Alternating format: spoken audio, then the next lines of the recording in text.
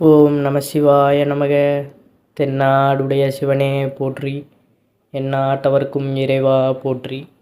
இப்போது மார்கழி மாதமானது நடந்து கொண்டிருக்கிறது.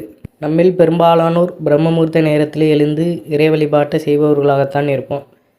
எல்லாருமே பார்த்திங்கன்னா பிரம்ம முகூர்த்தத்தில், அதாவது இந்த மார்கழி மாதம் விசேஷமாக இருந்தாலும் சில பேரால் இந்த பிரம்ம முகூர்த்த நேரத்தில் எழ முடியாத ஒரு சூழ்நிலை இருக்கத்தான் செய்யும்.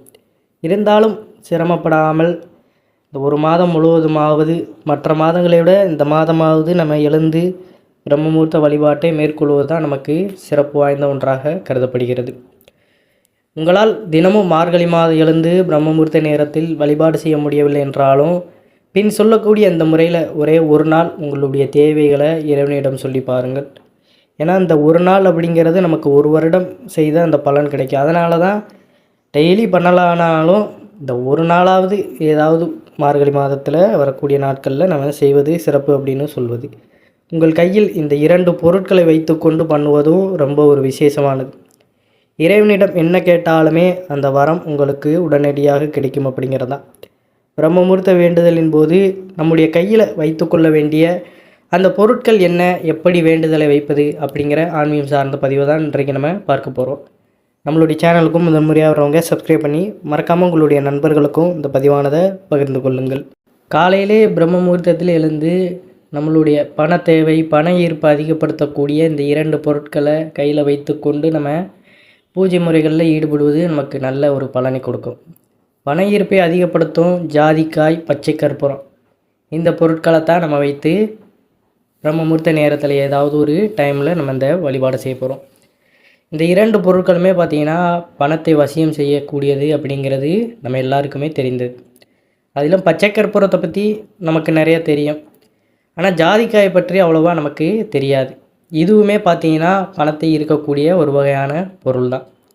இந்த ஜாதிக்காய், பச்சை கற்பூரம் வாசம் நம் மனதை ஒருநிலைப்படுத்தி இறை வழிபாட்டில் பார்த்திங்கன்னா நமக்கு அதிக ஆர்வத்தை தூண்டிவிடும் அப்படிங்கிறது தான் நிதர்சனமான உண்மை.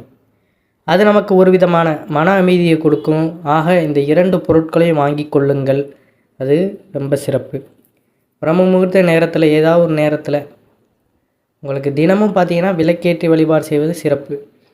ஆனால் ஏதோ ஒரு நாளில் இப்படி அதற்கு மாற்றாக நம்ம வழிபாடு செய்யும் பொழுது இன்னும் நமக்கான அந்த பாசிட்டிவ் வைப்ஸ் நமக்கு நிறையவே கிடைக்கும். ஆனால் தினமுமே இந்த மார்கழி மாதம் மட்டும் எப்படியாவது 4:30 மணிக்காவது எழுந்து கொள்வது மிகவும் நல்லது.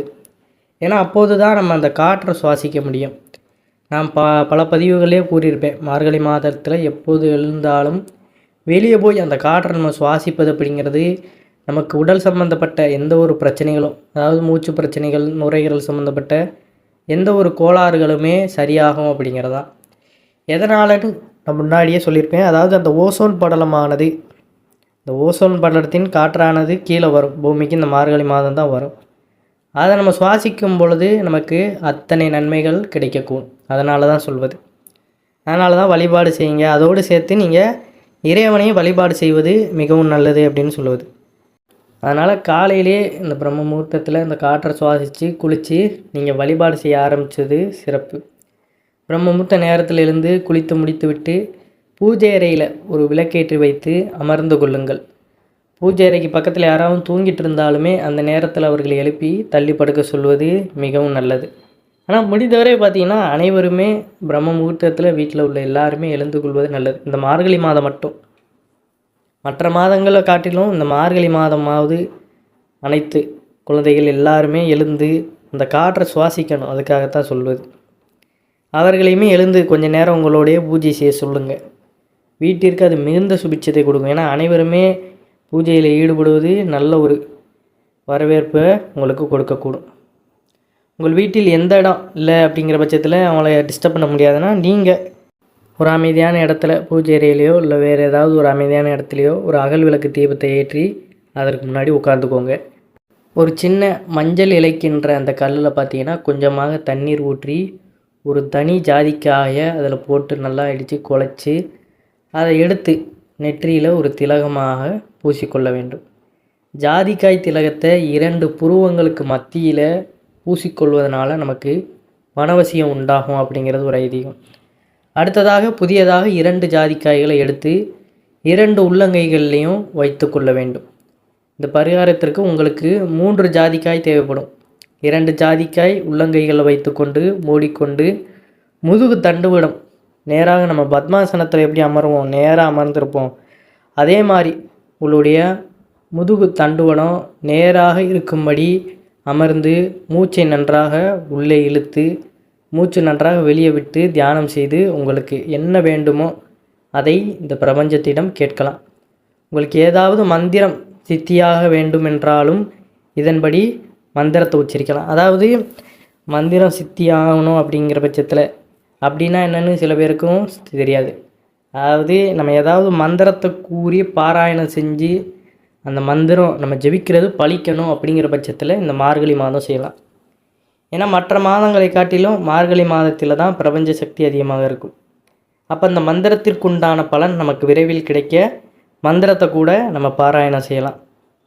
அது பஞ்சாட்சர மந்திரமோ இல்லை உங்களுக்கு இப்போது இந்த ஒரு தேவைக்குன்னு இப்படி ஒரு மந்திரம் இருக்கும், அதுக்குன்னு தனியாக மந்திரங்களும் இருக்குது. அது உங்களுக்கு வேணும்னாலும் கீழே கமெண்ட் பண்ணுங்கள், நான் அடுத்த ஒரு வீடியோவில் உங்களுக்கு போஸ்ட் பண்ணுறேன். நல்லா உட்காந்து கம்ஃபர்டபுளாக உங்களுக்கு அந்த ஃபீல் வரணும். அது ஏதாவது டிஸ்டர்பன்ஸ் எது இருந்தாலும் அதை உடனே சரி பண்ணிவிட்டு ரொம்பவும் மனசு லேசாக கம்ஃபர்டபுளாக அந்த இடத்துல உட்காந்துக்கோங்க. சாதாரணமாக மார்கழியில் பிரம்மமுகூர்த்த நேரத்தில் வைக்கும் வேண்டுதலுக்கு என்ன பலன் கிடைக்குமோ அதை விட 1000 மடங்கு பெரிய பலன் உங்களுக்கு கிடைக்கும் அப்படிங்கிறதான். 2 கைகளில் ஜாதிக்காய் வைத்து நெற்றியில் ஜாதிக்காய் திலகத்தை வைத்து மேல் சொன்ன முறையில் பிரார்த்தனை செய்தால் உங்கள் முன்பு ஒரு சின்ன கிண்ணத்தில் பச்சை கற்பூரத்தை திறந்தபடி தூள் செய்து போட்டு விடுங்கள். அந்த வாசம் உங்களை சுற்றி இருக்க வேண்டும். அந்த வாசம் உங்கள் சுவாசத்தில் கலந்து உங்களுடைய மனதை இன்னும் ஒருநிலைப்பட்டு இறைவனிடம் அழைத்து சென்று உங்களை நல்ல நிலையில் கொண்டு போய்விடும் அப்படிங்கிறதான். 15லிருந்து 20 நிமிடங்கள் மேலே சொன்ன முறையில் தியான நிலையில் அமர்ந்து வேண்டுதலை வைங்க.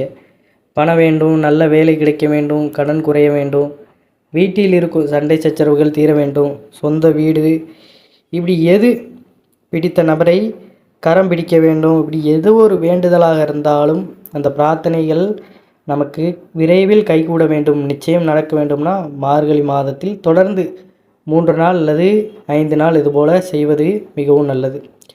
ஏன்னா நம்ம ஒரு நாள் செய்கிறோம் அப்படிங்கிற பட்சத்தில் நமக்கு அது ஒரு பெருசாக தெரியாது. ஒரு நாள் செஞ்சாலே நல்ல பலன் தான். இருந்தாலுமே பார்த்தீங்கன்னா ஒரு 5 நாள் 3 நாள் நம்ம செய்யும் பொழுது தான் அதற்குண்டான அந்த ஈர்ப்பு நமக்கு அதிகமாக இருக்கும். ஒரு நாள் செய்கிறோம்னா நமக்கு ஏதோ சும்மா செய்கிறோம் சொல்கிறாங்க அப்படிங்கிற மாதிரி போயிடும். இதே ஒரு 5 நாள் தொடர்ந்து செய்கிறோம்னா நமக்கு ஒரு ஈர்ப்பு உண்டாகும். அப்போ அந்த விஷயத்தின் மீது அந்த நோக்கமானது நமக்கு இன்னும் ஆர்ப்பரித்து நம்ம அந்த வேண்டுதலை சொல்லும் பொழுது பிரபஞ்சம் விரைவில் அதை நமக்கு கொடுத்து விடும் அப்படிங்கிறது தான். குறிப்பாக கடைசி விஷயம், இதை முழுவதுமாக கேளுங்க. நீங்கள் முதல் நாள் பரிகாரத்துக்கு பயன்படுத்திய அந்த ஜாதிக்காய் பச்சை கற்பூரம் அதையே தினமும் தொடர்ந்து பயன்படுத்தலாம், எந்த ஒரு தவறும் கிடையாது. தினமும் புதுசாக மாற்ற வேண்டும் என்ற அவசியம் கூட கிடையாது. பிறகு என்ன, உங்கள் மனநிலை ஒருநிலைப்பட்டு பிரபஞ்சத்தின் ஆற்றல் உங்களுக்குள் வந்து திறமையாக செயல்பட தொடங்கிவிட்டால் வெற்றி காண்பதில் எந்த தடையும் இருக்காது. சவால்களை சுலபமாக சமாளிப்பீர்கள், நல்லதே நடக்கும் அப்படிங்கிறது தான் நிதர்சனமான ஒரு உண்மையாக இருக்கின்றது. அதனால் கட்டாயம் நாளையிலிருந்து ஒரு 5 நாள் 3 நாட்களாவது இந்த பரிகாரத்தை தொடர்ந்து செய்யுங்க. எது உங்களுக்கு தேவையோ நல்லா பத்மாசனத்தில் அமர்ந்து நீங்கள் அதை கூறிக்கொண்டே இருங்கள். 15லிருந்து 20 நிமிடங்கள் வரை எதை நம்ம இந்த பிரபஞ்சத்திடம் அடிக்கடி கேட்டுக்கொண்டு இருக்கிறோமோ அது அப்படியே நமக்கு விரைவில் கைகூடி வரும் அப்படிங்கிறது. அது கேட்குறது நமக்கு நல்லபடியான விஷயமா இருக்கணும். அடுத்து மன தூய்மையோடு பக்தியோடு முழு ஏற்றத்தோடு நம்ம கேட்கணும். ஏனோ தானோன்னு பூஜை எதையுமே நம்ம செய்யக்கூடாது. அதனால் முழு நம்பிக்கையோடு கேளுங்க, விரைவில் உங்களுக்கான அந்த விஷயங்கள் கிடைக்கும் அப்படிங்கிறதான் நிதர்சனமான உண்மை. அனைவரும் என்றும் இறையருள் பெற்று நலமுடன் வாழ வேண்டும். நன்றி, வணக்கம். ஓம் நம சிவாய நமக.